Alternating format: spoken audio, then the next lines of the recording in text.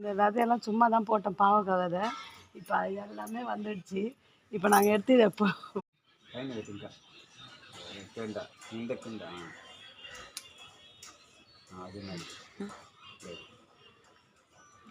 மேலே ஒன்று பெருசாக இருக்குது பாரு.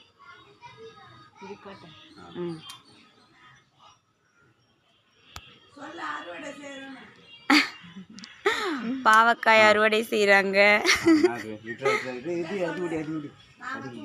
பெருசு கொஞ்சம் நீ வந்து சொல்ல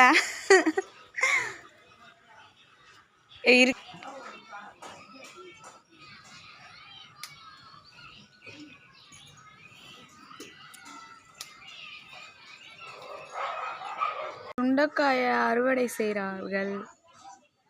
இங்கே பாருங்க ஃப்ரெண்ட்ஸ்.